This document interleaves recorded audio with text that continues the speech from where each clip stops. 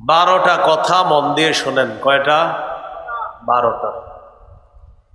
1 নম্বর, ঈদ মানে কি? কি বললাম? ঈদ। 2 নম্বর, ইসলামে ঈদ বলতে কি বোঝায়? 3 নম্বর, মিলাদুন নবী মানে কি? 4 নম্বর, রাসূল সাল্লাল্লাহু আলাইহি সাল্লামের জন্ম বার কবে? 5 নম্বর, রাসূল সাল্লাল্লাহু আলাইহি সাল্লামের জন্ম তারিখ কবে? 6 নম্বর, পৃথিবীতে ঈদে মিলাদুন নবী কবে থেকে শুরু হইল? 7 নম্বর, মিলাদুন নবী তথা রাসূল সাল্লাল্লাহু আলাইহি সাল্লামের জন্মদিনে কোনো আমল আছে কিনা? 8 নম্বর, জন্মদিনকে কেন্দ্র করে খ্রিস্টানদের রীতিনীতি অনুসরণ করে জন্মদিন পালন করার কি হুকুম? 9 নম্বর, কেউ যদি বলে নবী তো এরকম রেলি বের করতে নিষেধ করেন নাই, এরকম নাচতে তো নবী নিষেধ করেন নাই, এ কথার কি জবাব? 10 নম্বর, কেউ যদি বলে বেদাত মানে যদি নতুন আবিষ্কার হয়, আপনাদের এই ফ্যান, লাইট, মাইক এগুলাও তো বেদাত, নতুন আবিষ্কার, এ কথার কি জবাব?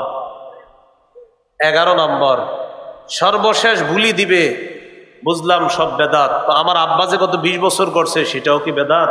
এরকম প্রশ্ন আপনারে করবে। এবং এটাও বলতে পারে তোমার দাদাও তো এগুলা করছে, সেটাও কি বেদাত? মানে আপনারে হিট করবে, এটার কি জবাব?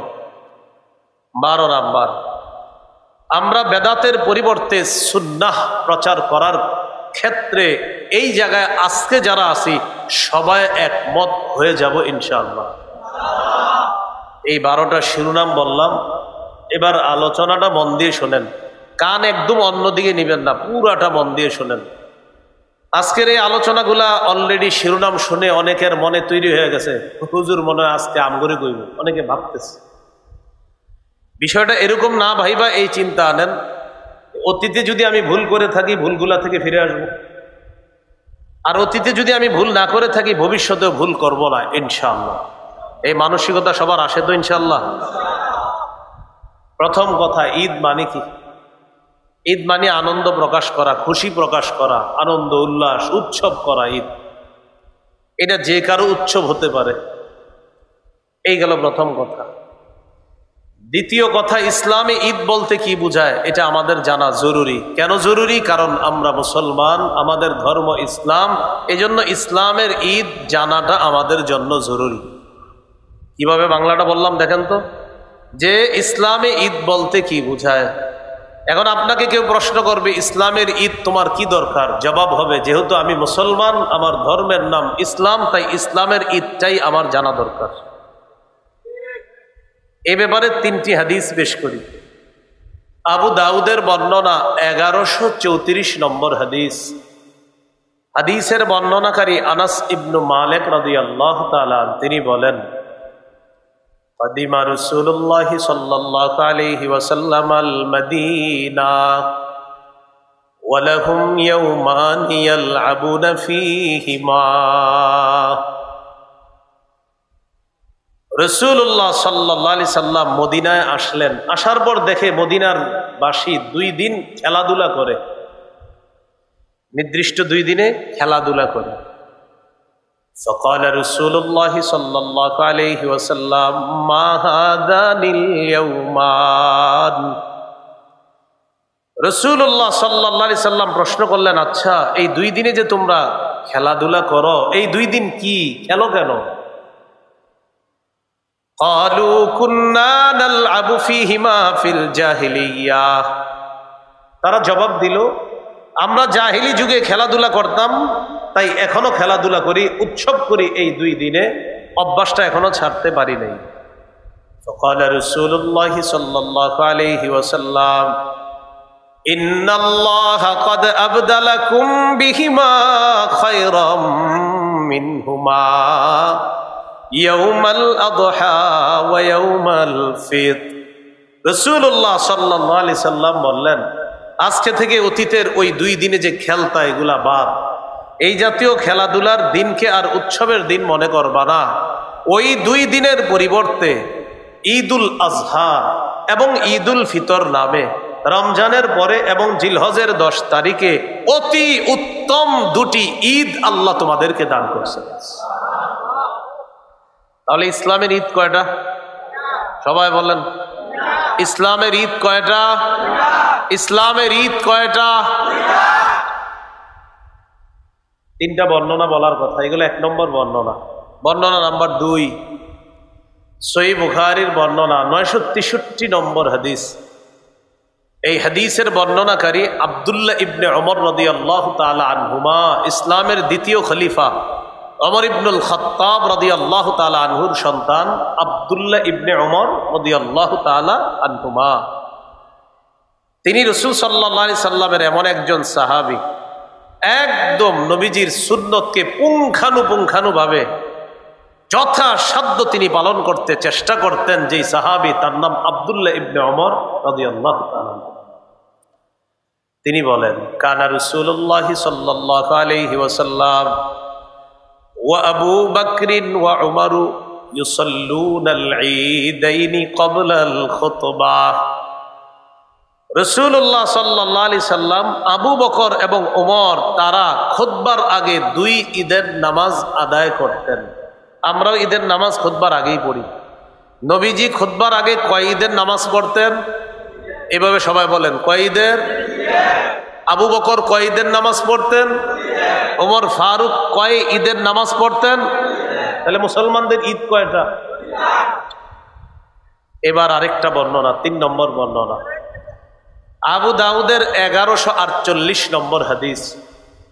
এই হাদিসের বর্ণনাকারী জাবের ইবনু সামুরা রাদিয়াল্লাহু তাআলা, তিনি বলেন, সাল্লাইতু মা'আন নবী সাল্লাল্লাহু আলাইহি ওয়াসাল্লাম غير مرة ولا مرتين العيدين بغير أذان ولا إقامة।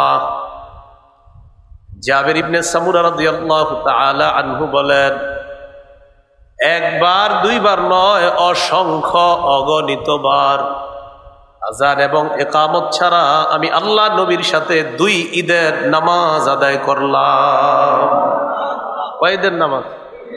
আমরা কি ঈদে আযান ইকামত দেই? আরে ঈদের নামাজে কি আযান ইকামত আছে না? তো জাবের ইবনে সামুরা রাদিয়াল্লাহু তাআলা আনহু বলেন, একবার নয়, 2 বার নয়, অসংখ্য অগণিত বার আমি নবীজি সাল্লাল্লাহু আলাইহি সাল্লামের সাথে 2 ঈদের সালাত আদায় করেছি। আল্লাহ আমাদের সকলকে কথাগুলা বোঝার তৌফিক দান করেন। এবার আলোচনাটা সবাই বুঝে থাকলে বলেন, ইসলামের ঈদ কয়টা? 2টা। এগুলো আজকের দ্বিতীয় শিরোনাম। আলোচনার 3 নম্বর শিরোনাম, মিলাদুন নবী। কি বলেন তো? মিলাদুন নবী। মিলাদ অর্থ জন্ম, আর নবী মানে মুহাম্মদ সাল্লাল্লাহু আলাইহি সাল্লাম, এখানে উদ্দেশ্য। তাহলে মিলাদুন নবী অর্থ হবে মুহাম্মদ সাল্লাল্লাহু আলাইহি সাল্লামের জন্ম। আমাদের সমাজে যদি বলা হয় কোনো মানুষকে, ভাই মিলাদ বুঝো, তখন তার মাথায় এসে যায় কি জানেন? ঘরে একজনকে নিয়ে যাবে, নিয়ে যাওয়ার পর তিনি কিছু করবে, এরপর একটা দোয়া করবে, এটারে অনেক মানুষ মিলাদ মনে করে। এখন থেকে কোনো আলেমকে যদি কেউ বলে, হুজুর আমার ঘরে একটু চলেন, মিলাদ আছে, আপনি বলবেন কার জন্ম হবে ঘরে? কি বলবেন? আগে বলেন মিলাদ অর্থ কি? সবাই বলেন তো। আমার ঘরে মিলাদ আছে মানে কি? নাতি নাতনি কেউ হবে, আসেন। যদি আপনারা কেউ বলে যে আমার ঘরে মিলাদ আছে মানে জন্ম আছে, হয়তো ওনার স্ত্রী সন্তান সম্ভব, বা ওনার কেউ নাতি নাতনি দুনিয়াতে আসবে, মিলাদ অর্থ কি সেটা বলেন। তাহলে আমার ঘরে মিলাদ আছে মানে ইনশাল্লাহ কিছুক্ষণ পরে দুনিয়াতে কেউ আসবে না। আপনি এটা তো সহজ বিষয়, এটা যে বলবে ওনাকে আপনি তিরস্কার না করে বলবেন। যদি বলে ঘরে মিলাদ আছে চলেন, বলবেন কার জন্ম হবে? তো উনি বলবে এটা কি বললেন আপনি? জন্ম হবে মানে? তো বলবে মিলাদ অর্থ তো জন্ম। তাহলে আমাকে আপনারা সবাই একটু আমারে বলেন, মিলাদ মানে, আমারে জিজ্ঞাসা করেন মিলাদ মানে কি, আমারে জিজ্ঞাসা করেন। জন্ম। তাহলে আপনাদেরকে জিজ্ঞাসা করি মিলাদ মানে কি? এবার আমারে জিজ্ঞাসা করেন মিলাদ মানেন? জিজ্ঞাসা করেন।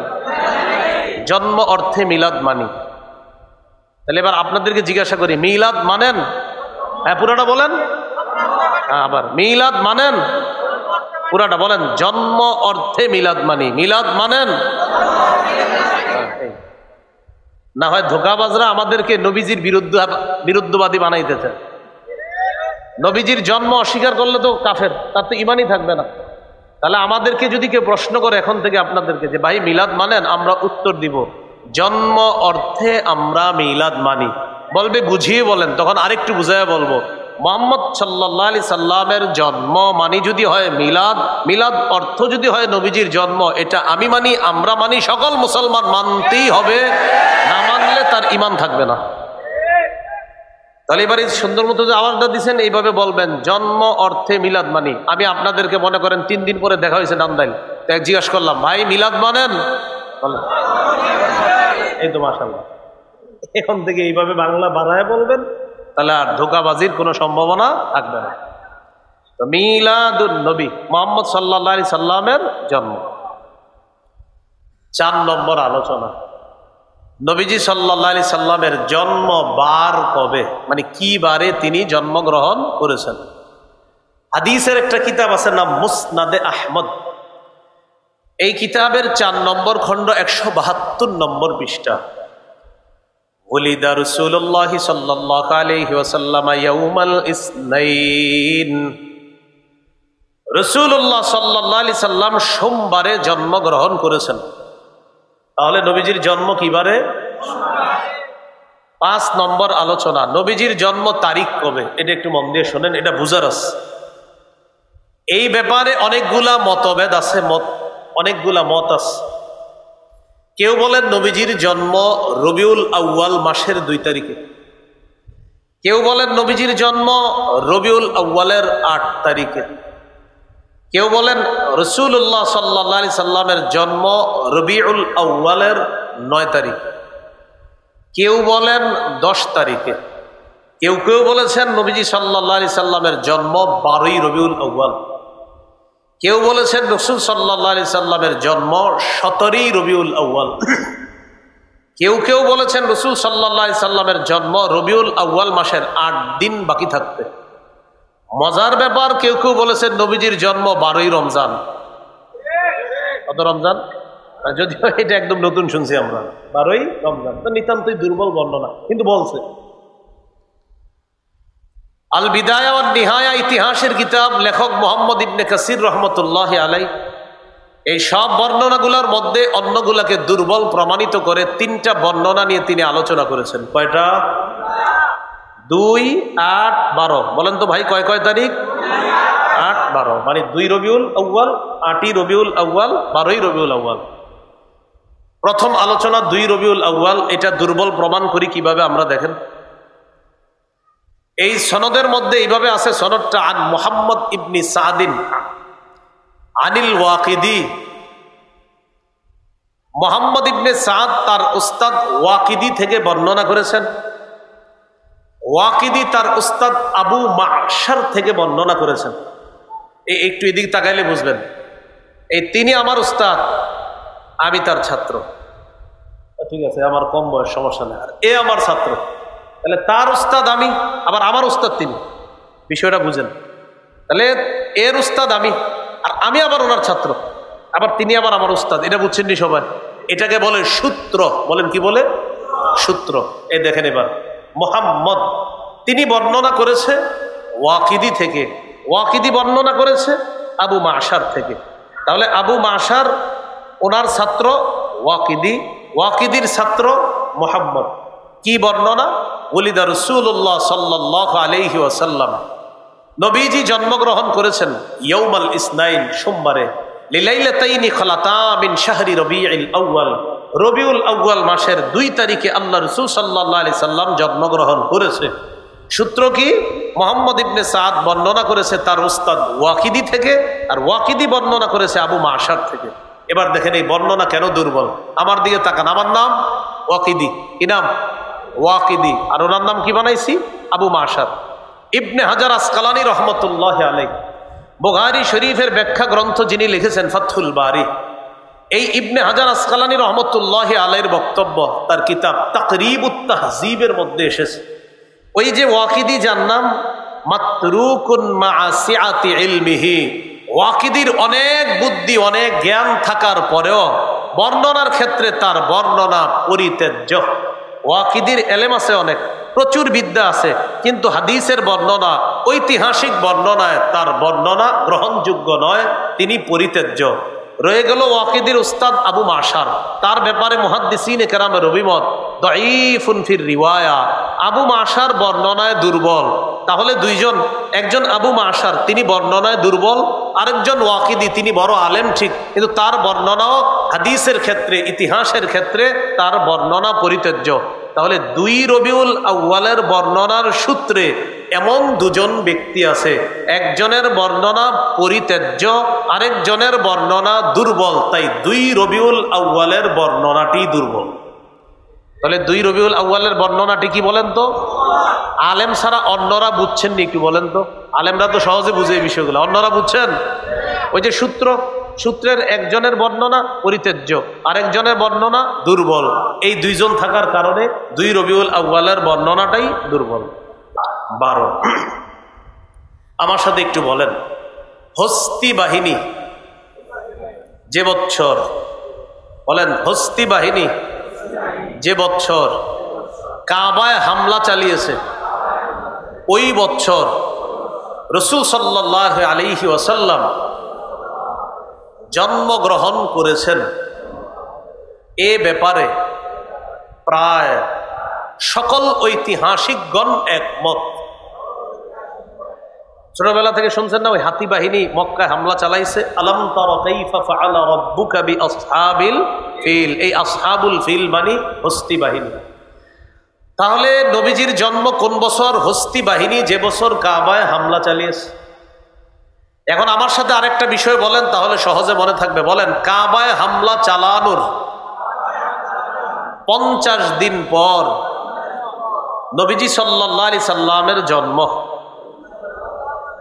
এবার আমি আপনাদেরকে একটু প্রশ্ন করি, আপনারা উত্তর দিবেন। হস্তি বাহিনী যে বছর কাবায় হামলা চালায়, এই বছর কার জন্ম? হামলার কতদিন পরে জন্ম? এবার 50 দিনটা আমরা বাইর করি, দেখেন।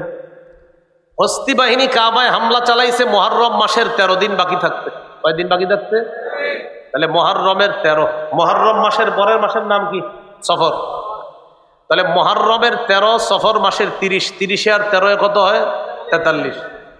সফর মাসের পরের মাসের নাম কি? রবিউল আউয়াল। রবিউল আউয়ালের 7 দিন যাওয়ার পর যখন সূর্য ডুবে যাবে, তখন 8ই রবিউল আউয়াল শুরু। তাহলে 43 এর সাথে কত হয়? 50। বলেন 43 এর সাথে কত? তাহলে মুহররমের 13 দিন, সফরের 30, 43, রবিউল আউয়ালের 7 গিয়ে 8 নাম্বার তারিখ, 50 দিন পর হয় 8ই রবিউল আউয়াল। বিশুদ্ধ বিদগ্ধ উলামায়ে কেরামের অভিমত হলো আল্লাহ রসুলের জন্ম 8 তারিখেই, এই কথাটি বিশুদ্ধ। তাহলে রসুল সাল্লাল্লাহু আলাইহি সাল্লামের জন্ম কয় তারিখে? 8ই। এই ব্যাপারে উলামায়ে কেরাম বলেন এটাই বিশুদ্ধ হওয়ার বেশি দাবি রাখে। কেউ কেউ বলেন গাণিতিক হিসাবে রসুল সাল্লাল্লাহু আলাইহি সাল্লামের জন্ম 9 রবিউল আউয়াল। এবার একটা কথা মনে রাখবেন, 8 এবং 9, কি বললাম? 8 এবং 9, এই ব্যাপারে পৃথিবীর বিখ্যাত বিশুদ্ধ বিদগ্ধ উলামায়ে কেরাম এই ব্যাপারে একমত যে নবীর জন্ম 8 অথবা 9 রবিউল আউয়াল, এই কথাটি বিশুদ্ধ। বলেন এই কথাটি কি? এবার আমার সাথে বলেন, 12ই রবিউল আউয়াল নবীজির জন্ম, এই কথাটি প্রসিদ্ধ হলেও বিশুদ্ধ নয়। বললাম 12ই রবিউল আউয়াল কি? প্রসিদ্ধ। 12ই রবিউল আউয়াল কি? হলেও কি নয়? কোরআনের আয়াত সংখ্যা 6666, এ কথাটি প্রসিদ্ধ হলেও বিশুদ্ধ নয়। 6236, এ কথাটি বিশুদ্ধ হলেও প্রসিদ্ধ নয়। কোরআনের আয়াত সংখ্যা 6666, এ কথাটি প্রসিদ্ধ হলেও বিশুদ্ধ নয়। কোরআনের আয়াত সংখ্যা 6236টি, এ কথাটি বিশুদ্ধ হলেও প্রসিদ্ধ নয়। এজন্য প্রসিদ্ধ আর বিশুদ্ধের পার্থক্য বুঝে বিশুদ্ধটাই গ্রহণ করার তৌফিক দান করেন। এবার 12ই রবিউল আউয়ালের বর্ণনাটি একটু বলি, দেখেন। আন সাঈদ ইবনে মিনা আন আফফান ইবনে মুসলিম আন জাবির ইবনে আব্দুল্লাহ ওয়া আব্দুল্লাহ ইবনে আব্বাস রাদিয়াল্লাহু তাআলা আনহুমা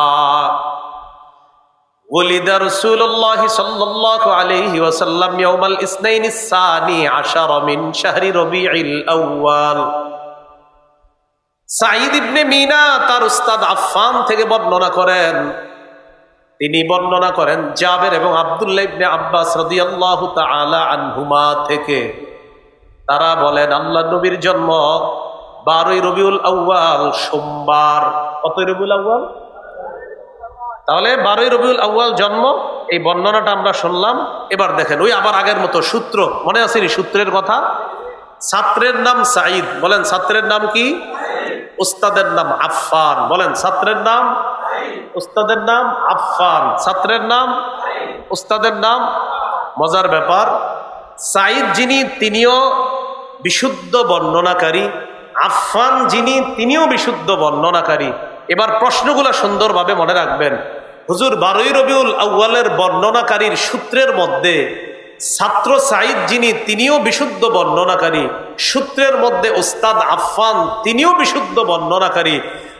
সূত্রে দুইজন বিশুদ্ধ বর্ণনাকারী থাকার পরেও 12ই রবিউল আউয়ালকে কেন আপনারা বিশুদ্ধ বলছেন না? 12ই রবিউল আউয়ালের যে সূত্র, এই সূত্রের মধ্যে যিনি সাঈদ বর্ণনা করছেন তিনিও বিশুদ্ধ, আবার তার উস্তাদ আফফান তিনিও কি বিশুদ্ধ।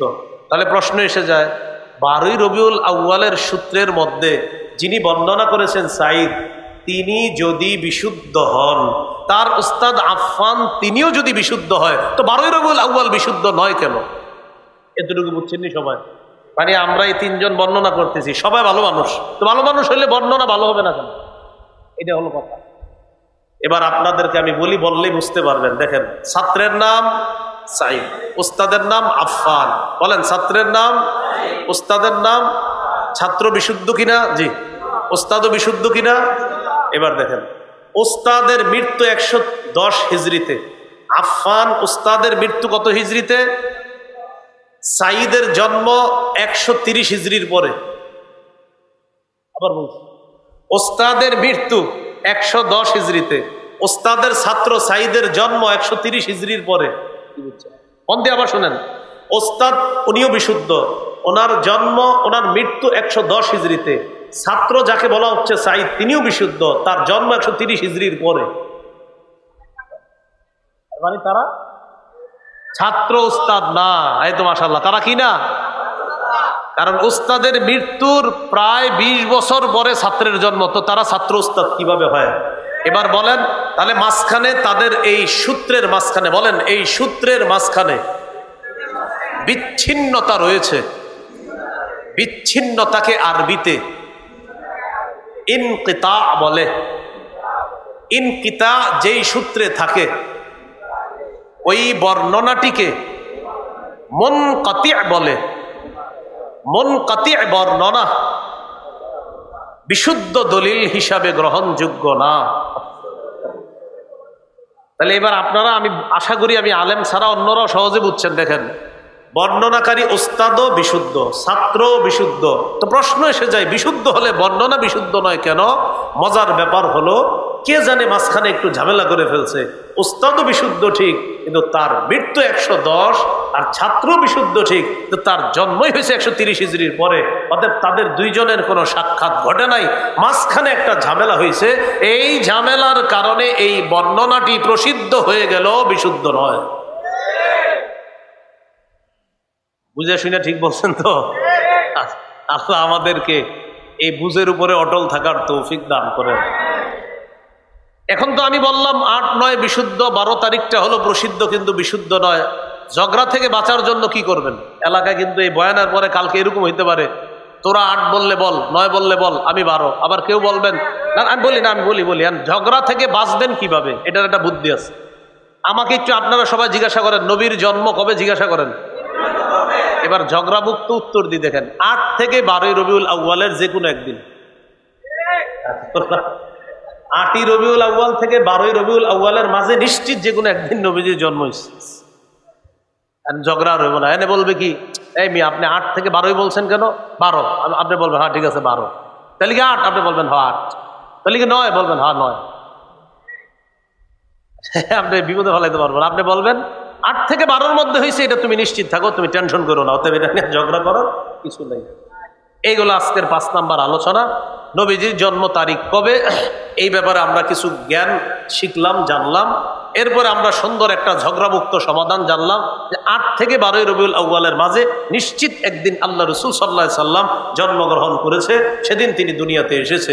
এটা আমরা ঝগড়ামুক্ত থাকবো ইনশাআল্লাহ। 6 নাম্বার গুরুত্বপূর্ণ আলোচনা, 12 রবিউল আউয়ালকে কেন্দ্র করে ঈদে মিলাদুন নবী কবে থেকে শুরু হলো? কি মিলাদুন নবী? এবং এটার নাম দেওয়া হয় সকল ঈদের সেরা ঈদ। কি দেয় নাম? আমি এখনো এটার বিরোধিতা করতেছি না, দেখেন কি নাম। এই যে ঈদে মিলাদুন নবীর নাম কি দেয়? আমি জানতে চাই আমার নবী যেই ঈদ করছে ওইটা সেরা না আমরা যেটা করবো সেটা সেরা? আবার বলছি, আমাদের নবী যেই ঈদটা করছে ওইটা সেরা হবে না আমরা যেটা করবো সেটা সেরা হবে? তাহলে আমার নবী ঈদ করছে কয়টা? অথবা আমার নবীর 2 ঈদই সেরা না? এটা বুঝলেও আপনি ঠিক, বললেও ঠিক, না বললে আমি তো বলতেছি, ওদের কথার বিরোধিতা কিন্তু করতেছি না, আমি খালি প্রশ্ন করতেছি আপনারা যেটাকে সেরা বলবেন এটা সেরা না নবী যেটা করছে সেটা সেরা? এখন তারা বলবে যে না আমরা যে ঈদটা পালন করি এটা সকল ঈদের সেরা ঈদ। আমরা জবাবে ঝগড়া না করে বলবো এইভাবে, আমাদের নবী যেটা পালন করেছেন সেটা সকল ঈদের সেরা ঈদ। ঠিক বললে হবে না। আপনারা যেই জায়গায় দেখবেন লেখা যে ঈদে মিলাদুন নবী সকল ঈদের সেরা ঈদ, নিচে লিখবেন আমার নবী যে ঈদ করছে সেটা সকল ঈদের সেরা ঈদ।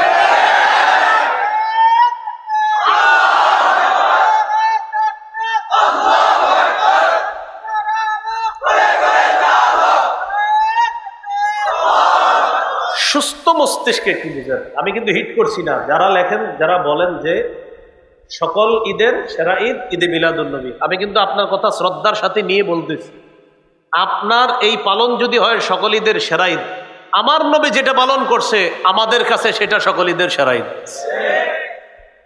এই জন্য হুজুর আপনারা স্টেজে যারা আছেন, এটা কি আমি ভুল বললাম? আমার নবী যেটা করবে এটাই তো সেরা হবে। তো বাস সোজা বিষয়টা তো একটা, মানে আপনার সুস্থ মস্তিষ্ক, আপনি মনে হয় 3-4 বছরের বাচ্চা, ওরে 2 বার বুঝাইলেও বুঝবে আমার নবী যেটা করছে এটাই তো সেরা। আল্লাহ আমাদেরকে বুঝে শুনে ঠিকের উপর অটল থাকার তৌফিক দান করে। এবার এটা শুরু হলো কিভাবে একটু বললে মনে থাকবে। বলেন 604 হিজরি ইরাক দেশের মসুল শহরে বাদশাহ আবু সাঈদ মুজাফফর সর্বপ্রথম জনৈক আলেম আবুল খাত্তাব ওমর ইবনে দিহিয়া তার মাধ্যমে সর্বপ্রথম নবীর জন্মকে কেন্দ্র করে ঈদে মিলাদুন নবীর সূচনা করে। যেই কাজটা নবী বিদায় নেওয়ার 604 বছর পর্যন্ত পৃথিবীতে ছিল না মুসলিম হিসাবে, সেই কাজ আমরা নিজেরাও করব না, করতে পারি না। যারা করে তাদেরকে কোনোভাবেই সমর্থন করতে পারি না। বুঝে বলছেন তো? এবার আপনাদের মনে থাকবে কয় হিজরি, দেশের নাম, শহরের নাম, মাশাআল্লাহ, শহরের নাম, বাদশার নাম আবু সাঈদ। একটু মনে রাখলে হবে, পুরোটা মনে থাকবে না আপনাদের, খালি একটু মনে রাখবেন নাম কি। আর ওই হুজুরের নামটা মনে রাখবেন, আবুল খাত্তাব। কি নাম? তার মাধ্যমে সর্বপ্রথম এটা সূচনা করছে। তো আমাদের সরল জবাব, যেই কাজ আমার নবী দুনিয়া থেকে বিদায় নেওয়ার 604 বছর পরে শুরু হয়েছে, এটা আমরা করতে পারি না, আমরা করব না, এটার সমর্থন আমরা করতে পারি না। আমরা ভদ্রতার সাথে, বিনয়ের সাথে বলবো, যারা এগুলা করে ভাই আপনারাও চলে আসেন, এই বেদাত পরিহার করে আমরা সকলে মিলেমিশে শিরিক বেদাত মুক্ত একটা বাংলাদেশ গঠন করার চেষ্টা করি। আল্লাহ তৌফিক দান করেন। কি মুক্ত বাংলাদেশ? আবার বলেন কি মুক্ত? শিরিক বেদাত মুক্ত। আল্লাহ তৌফিক দান করেন। এবার আবুল খাত্তাব যে হুজুরের নাম বললাম, ওনার ব্যাপারে একটু শোনেন। ইবনে হাজার আসকালানী রহমতুল্লাহ আলাইহি তার ব্যাপারে বলেন, কাসীরুল ওয়াকিআতি ফিল আইম্মাতি ওয়া ফিস সালাফি মিনাল উলামা খাবিসুল লিসান শাদীদুল কিবরি মুতাহাবিনা। এই আবুল খাত্তাব নামক হুজুর, যার মাধ্যমে এটা শুরু হইল আর কি, এই লোকটা কেমন ছিল? এই লোকটা ছিল প্রচন্ড দাম্ভিক টাইপের। পূর্ববর্তী ওলামায়ে কেরামের সারাক্ষণ সমালোচনা করত, বুজুর্গ আলেমদের সমালোচনা করত। তার মুখের ভাষা ছিল খুব খারাপ। বর্তমান যুগে অনেক ভাইয়েরা আমাদের সাথে যখন দলিলে না পারে, তখন সর্বশেষ মুখের গালিকে অস্ত্র হিসাবে ব্যবহার করে। কিন্তু জানেন, আমি মাঝে মাঝে চিন্তা করি তারা গালি দেয় কেন? এই চিন্তাটা আগে থাকলে এখন আমার নাই। কারণ এই বেদাতের আবিষ্কারক যেই গুরুজি ছিলেন, তার মুখের ভাষা ছিল খারাপ, তাই উত্তরাধিকার সূত্রে তাদের মুখের ভাষাও হয় খারাপ। এটা কিন্তু আপনার এটা একটা বুঝার বিষয়, বিষয়টা যে আসলে মুখের ভাষা খারাপ কেন। মানে আমি টেনশন করছি যে ভাষাটা খারাপ হয় কেন। আহমদ শফী রহমতুল্লাহ আলের নাম নিয়া, জুনায়েদ বাবুনগরী রহমতুল্লাহ আলের নাম সহ বড় বড় আলেমদের নাম নিয়ে ইচ্ছা মতো গালি দেয়। তো আমি টেনশনে পড়ে গেলাম, আচ্ছা গালির রহস্যটা কি? গালির রহস্য আমি খুঁজতে খুঁজতে দেখলাম, এই বেদাতের এই বেদাতগুলার আবিষ্কারক যে হজরত, এই হজরতের মুখের ভাষা ছিল খুব খারাপ। এ আলেমদেরকে গালি দিত। তা এ যুগেও যদি কেউ কোরআন সুন্নাহর কথা শোনার পর আপনাকে গালি দেয়, আপনি টেনশন করবেন না, আপনি বলবেন মাশাআল্লাহ, উত্তরাধিকার সূত্রে সুন্দরী পেয়েছেন। বিষয়টা এটা কোনো ঝগড়ার কিছু না। বিষয়টা আল্লাহ আমাদেরকে বুঝার তৌফিক দান করেন। এই জন্য সাবধান, দলিলে না পারলে কাউরে গালি দিয়েন না। হ্যাঁ, এগুলো 6 নম্বর। 7 নম্বর কথা, মিলাদুন নবী বা নবীজি সাল্লাল্লাহু আলাইহি সাল্লামের জন্মদিনকে কেন্দ্র করে নবীজি কোনো আমল করতেন কিনা, যদি করে থাকেন তাহলে আমরাও সে আমল করব। বলেন ইনশাআল্লাহ। সহিহ মুসলিমের বর্ণনা 1162 নম্বর হাদিস। সুইলা রাসূলুল্লাহ সাল্লাল্লাহু আলাইহি সাল্লাম আন সাওমিদ দাহরি। রাসূলুল্লাহ সাল্লাল্লাহু আলাইহি সাল্লামকে সারা বছর রোজা রাখা সম্পর্কে জিজ্ঞাসা করা হলো।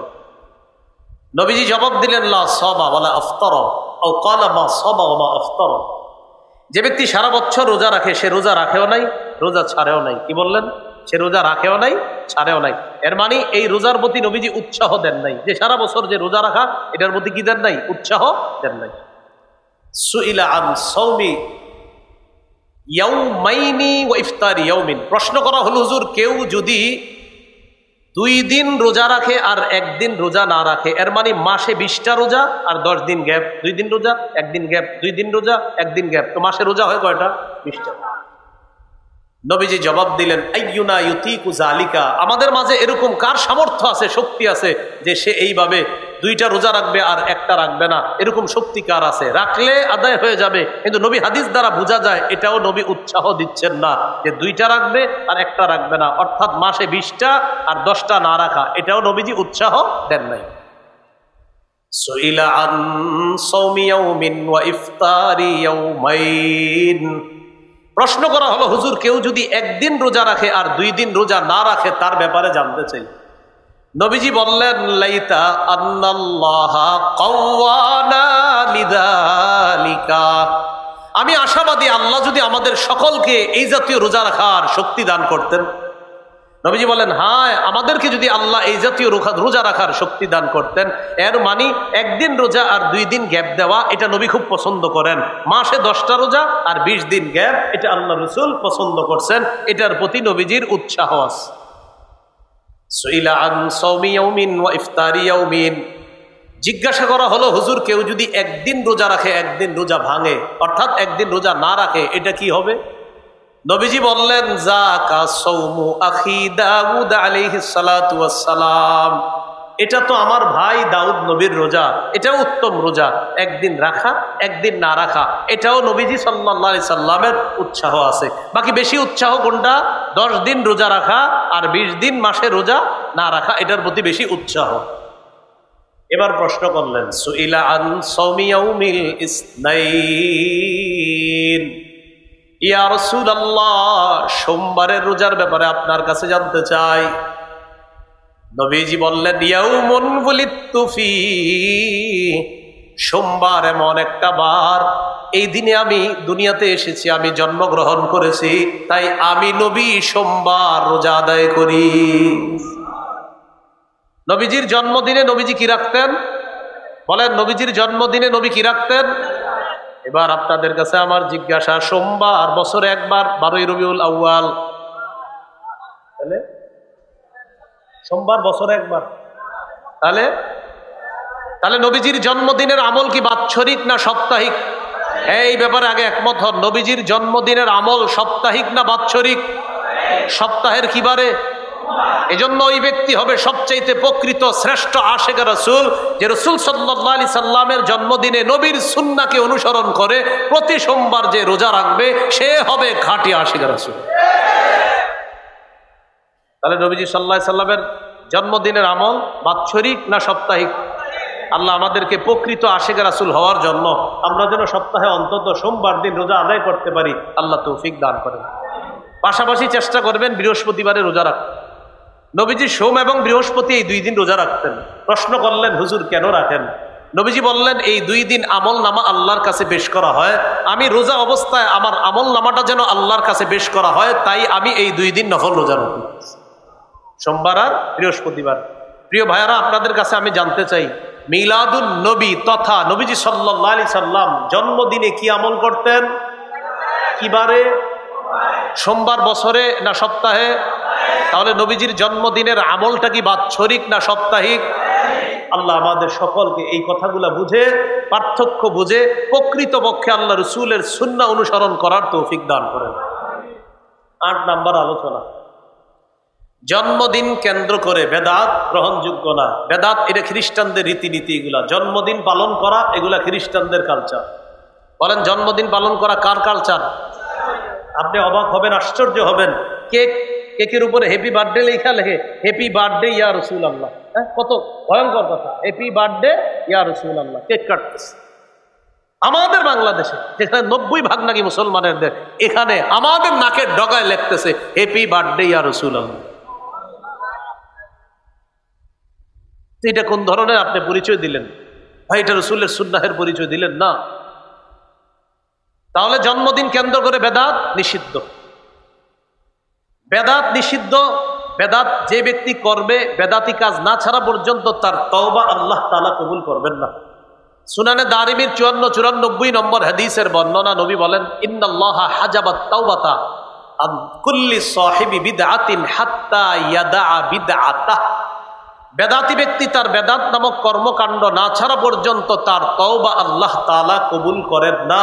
আমরা বেদাত করব না, যাতে করে এমন না হয় যে আমাদের তওবার মুখ বন্ধ হয়ে যায়, এমনটা যেন না হয়। কারণ বেদাতি ব্যক্তির বেদাত না ছাড়া পর্যন্ত তার তওবা আল্লাহ তাআলা কবুল করেন না। সহিহ বুখারী 3172 নম্বর হাদিস, রাসূলুল্লাহ সাল্লাল্লাহু আলাইহি সাল্লাম বলেন, মান আহদাসা হাদাসান আও আওয়া মুহদিসা। যে ব্যক্তি নিজে বেদাত করে অথবা কোনো বেদাতিকে আশ্রয় দেয়। একজন বেদাতিকে মঞ্চাই না বসায় দিয়ে বলে, হযরত আপনি যত বেদাত আছে সাপ্লাই দেন, সমস্যা নাই, আমরা আছি চারদিকে। এখন এই বেদাতি সাহেব যখন বেদাত সাপ্লাই দিবে, আমি কিন্তু বলি নাই, কে বলছি? এখন অনেকে বলবে কি এটা আমারে বলছে, তো আপনি বেদাতগিরি করলে আপনারই তো বলছি। আরে এই যে আমি বললাম বেদাতিকে বসায়, আমি কি বলছি কারে? তো বলতে পারে হে হে মনে আমারে বলছে, তো আপনি বেদাতগিরি করলে তো আপনারই। কথা হলো যে বেদাত করবে, অনেক মানুষ আছে নিজে নিজে নিজের উপরে নিয়ে নেয়, চাইষ্টলিকে খোঁজেন, বলবে এটা আমাদেরকে বলছে। জি ভাইয়া, আপনি বেদাত করলে আপনারই বলছে। মানুষ আছে না, মানে হেসে অপরাধ করে, এটা পরে নিজে নিজে বল। কালকে সকালে অনেকে বলবে আপনাদেরকে, হ্যাঁ এটা আমারে বলছে, আপনি বলবেন তুমি বেদাত করো। এখন যদি বলে হ্যাঁ, ছেড়ে দাও ছেড়ে দাও। যদি বলে না, তো তোমার ওয়াজ লাগলো কেন এত, এইভাবে বলবেন। আপনি জিজ্ঞাসা করবেন, কালকে আইসা অনেকে বলবে আপনারে, হুজুর এই কথাটা বলছে, আপনি বলবেন হুজুর বেদাত নিয়ে আলোচনা করছে, আর তুমি বেদাতগিরি করো কিনা হ্যাঁ বা না বলো। যদি বলো হ্যাঁ, ওয়াজ তোমার পুরাটা জরুরি দরকার, রেকর্ডিং আছে, এটা শুনে নিও তুমি। আর যদি বলো না, তুমি টেনশন করো না, অনেক বেদাতি আছে, এদের জন্য ওয়াজটা করছে। রাসূলুল্লাহ সাল্লাল্লাহু আলাইহি সাল্লাম বলেন, যে ব্যক্তি নিজে বেদাত করে অথবা কোনো বেদাতিকে আশ্রয় দেয়, ফালাইহি লানাতুল্লাহ, তার উপর আল্লাহর অভিশাপ, আল মালাইকা ফেরেশতাদের অভিশাপ, ওয়ান্নাসি আজমাইন, সকল মানুষের অভিশাপ। এই অভিশপ্ত কাজ নবীর জন্মদিনকে কেন্দ্র করে আমরা করতে পারি না, করব না।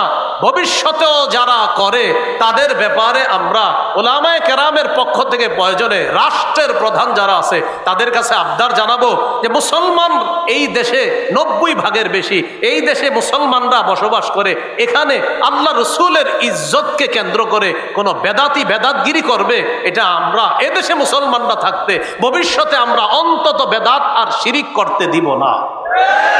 বেদাত শিরিক কেন হবে? নাম দেয় মুসলমান, আবার বেদাত শিরিক করবে, এটা কেন মুসলমান? এই জন্য মনে রাখবেন, কোনো আল্লাহর ওলির বিরুদ্ধে আমাদের অবস্থান না, কোনো অলির কবরের বিরুদ্ধে আমাদের অবস্থান না, কিন্তু কবর কেন্দ্র করে যারা শিরিক করবে, বেদাত করবে, তাদের বিরুদ্ধে আমাদের অবস্থান। আমরা কিন্তু অলিদের বিরুদ্ধে না। আর আপনি এক অলির কবরের সামনে গিয়ে আপনি নাচতেছেন, গাইতেছেন, নারীদেরকে নিয়ে গাঁজা টাজা খাইতেছেন, এটা তো আপনি করতে পারেন না। আমাদের অবস্থান ক্লিয়ার, আমরা আল্লাহর অলিদের বিরুদ্ধে না, আমরা ওই কাজের বিরোধী। কেউ যদি কোনো অলির কবরকে, মাজারকে কেন্দ্র করে শিরিক করে, বেদাত করে, এই শিরিক বেদাতের বিরুদ্ধে আগেও ছিলাম, এখনো আছি। কিয়ামত পর্যন্ত যতদিন আমরা, আমাদের প্রজন্ম বেঁচে থাকবে, বেদাত আর শিরিকের বিরুদ্ধে আমাদের অবস্থান থাকবে। এ কথার মাথা রাখবেন। তাহলে এই জায়গাটা একটু পার্থক্য করেন। আমরা কি অলিদের কবরের বিরুদ্ধে? আমরা কি অলিদের বিরুদ্ধে? হ্যাঁ, অলিদের কবর কেন্দ্র করে যদি শিরিক হয় আমরা, অলিদের কবর কেন্দ্র করে যদি বেদাত হয় আমরা, তাহলে বেদাতের বিরুদ্ধে, শিরিকের বিরুদ্ধে। 9 নম্বর, অনেকে বলে কি জানেন, এতদিন পরে হিসাব, এতদিন পরে আমরা তো এটা বলতে আছি, আমার এই বয়ান তো অতীতে অনেক হয়েছে। আর বলবে কি যে নবী তো নিষেধ করে নাই এরকম নাচতে গাইতে, নবী তো নিষেধ করে নাই, এরকম বলবে।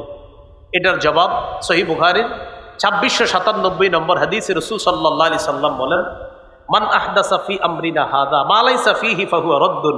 আমাদের শরীয়তের মধ্যে ইবাদতের নামে সওয়াবের আশায় কেউ যদি নতুন কিছু অনুপ্রবেশ ঘটায়, সওয়াবের আশায় যদি নতুন কোনো বেদাত চালু করে, এটা প্রত্যাখ্যান করা হবে, এটা পরিত্যাজ্য, এটা গ্রহণ করা হবে না। অতএব এই কথা বলার কোনো সুযোগ নাই যে নবী তো নিষেধ করেন নাই। আমরা জবাব দিব, নবী পূর্ণাঙ্গ শরীয়ত রেখে গিয়েছে, ওই শরীয়তের মধ্যে তোমার এই বেদাতটা নাই, তাই তোমার এই বেদাত আমরাও করি না, তোমারেও করতে আমরা দিতে একমত না। কি শিখলাম আমরা 9 নম্বর প্রশ্নে? নবী তো নিষেধ করেন নাই। উত্তর, নবী পূর্ণাঙ্গ দিন রেখে গিয়েছে, ওই পূর্ণাঙ্গ দিনের মধ্যে এই নতুন আবিষ্কারটা নাই, তাই আমরা এটা নিতে পারি না। 10 নম্বর প্রশ্ন, বেদাত মানে যদি নতুন আবিষ্কার হয়, এই ফ্যান লাইট এগুলো তো নতুন আবিষ্কার, তাহলে এগুলো কেন চালান? এটা আপনারা, এগুলা কিন্তু মানুষ জানতো না, এদেরকে শিখাইছে এগুলা। এটার জবাব কি? আমি আপনাদেরকে কিছুক্ষণের জন্য প্রশ্ন করি, মনে করেন এই ফ্যান বন্ধ, এই লাইট বন্ধ, সব বন্ধ, এই মাদ্রাসার বিদ্যুৎ সব বন্ধ, আজকের মসজিদের ফ্যানগুলা, বিদ্যুৎগুলা আগামী 100 বছর বন্ধ থাকবে, কারা কারা আর নামাজ পড়বেন না? এরকম আছেন কেউ? হ্যাঁ, আছেন এরকম কেউ? তাহলে ফ্যান যদি আগামী 100 বছর নাও চলে, বিদ্যুৎ যদি কোনোদিনও এদেশে না থাকে, এদেশে যদি হারিকেনও না থাকে, এদেশে যদি বাতি জ্বালানোর মতো কিছু না থাকে, মুসলমান তার রবের ইবাদত করবে। কি বুঝাইতে চাইলাম? বিদ্যুৎ, ফ্যান, লাইট না থাকলেও মুসলমান শরীয়ত পালন করবে, এটা থাকলেও আলহামদুলিল্লাহ ভালো ঠান্ডা লাগে, এটা না থাকলেও শরীয়ত পালন করবে, এটা থাকলেও শরীয়ত পালন করবে। এই নতুন আবিষ্কারের সাথে শরীয়তের সম্পর্ক নাই। শরীয়তের মধ্যে হলো ইবাদতের নামে নতুন আবিষ্কার, সেটা বেদাত। তো লাইট ফ্যান নতুন আবিষ্কার হওয়া সত্ত্বেও এটা না থাকলেও শরীয়ত পালন করব আমরা, থাকলেও শরীয়ত পালন করব। তাহলে বলেন তো, ইবাদত নামক দি হয়, এটার সম্পর্ক হবে কোথায়? শরীয়তের সাথে, যে না এটা শরীয়ত গ্রহণ করে না। আর ফ্যান লাইট নতুন আবিষ্কার, এটার সম্পর্ক কি শরীয়তের সাথে? এটা না থাকলে কি আমরা শরীয়ত পালন করব না? অতএব এই প্রশ্ন অবান্তর, এই প্রশ্ন করা যাবে না। কেউ যদি আপনারে প্রশ্ন করে, আর যদি আপনি আপনার ঘরে বসা থাকেন, সাথে সাথে ফ্যানটা বন্ধ করে দিবেন, লাইটটাও বন্ধ করবেন, বন্ধ করে অন্ধকারে বলবেন, কি আসো তুমি? যদি বলে হ্যাঁ, তো কি অবস্থা, বলো কি বলবা? না না, হাইছেন না। পরে উনি বলবে ফ্যান লাইটও তো নতুন আবিষ্কার, আপনি বলবেন ফ্যানও বন্ধ, লাইটও বন্ধ, কথা তো চলতেছে, আপনার বলো কি বলবো? এরপরে বলবে তো এইগুলা, এরপরে একটু পরে নামাজের সময় হবে, আপনি বলবেন উজু করো, উজু করে দুজন একদম ওই জায়গায় নামাজ পড়বেন। বলবেন মনে করেন আজকে কারেন্ট নাই, নামাজ পড়বেন, প্রয়োজনে বাইরে গিয়ে নামাজ পড়বেন। নামাজ পড়ার পরে বলবেন কি ফ্যান লাইট ছাড়া তো নামাজ পড়লাম, এর মানে ফ্যান লাইট না থাকলেও তোমারও কোনো ক্ষতি হয় নাই, আমারও ক্ষতি হয় নাই, আল্লাহর এবাদত ঠিকই পালন করছি। কিন্তু ভাইয়া, এবাদতের নামে নতুন কোনো কিছু যদি করো, এটা বেদাত। আর এই বেদাতগিরি করলে আবু দাউদের বর্ণনা 4607 4608 নম্বর হাদিস অনুযায়ী রাসূল সাল্লাল্লাহু আলাইহি সাল্লাম বলেছেন তার ঠিকানা হবে জাহান্নাম। চলো আমিও জাহান্নাম থেকে বাঁচার চেষ্টা করি, তুমিও জাহান্নাম থেকে বাঁচার চেষ্টা করো। আল্লাহ তৌফিক দান করে। তাহলে আপনাদেরকে আমি বলি, ফ্যান লাইট যদি থাকে বা না থাকে, আমরা শরীয়ত পালন করা বা না করার কোনো প্রশ্ন আসবে না। আল্লাহ কথাগুলো বুঝার তৌফিক দান করেন।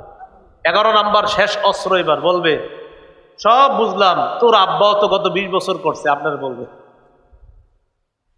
এরপর বলবে আমার দাদা করছে 54 বছর। এই ক্ষেত্রে সোজাসুজি জবাব, আমি যে জবাব কঠিন ভাবে দেই, আমার আব্বা না, আমার 14 গোষ্ঠী না, 14 দুগুণে 28 গোষ্ঠী যদি ভুল করে থাকে, ভুল ভুল কিয়ামত পর্যন্ত ভুল। ভুল তো ভুল।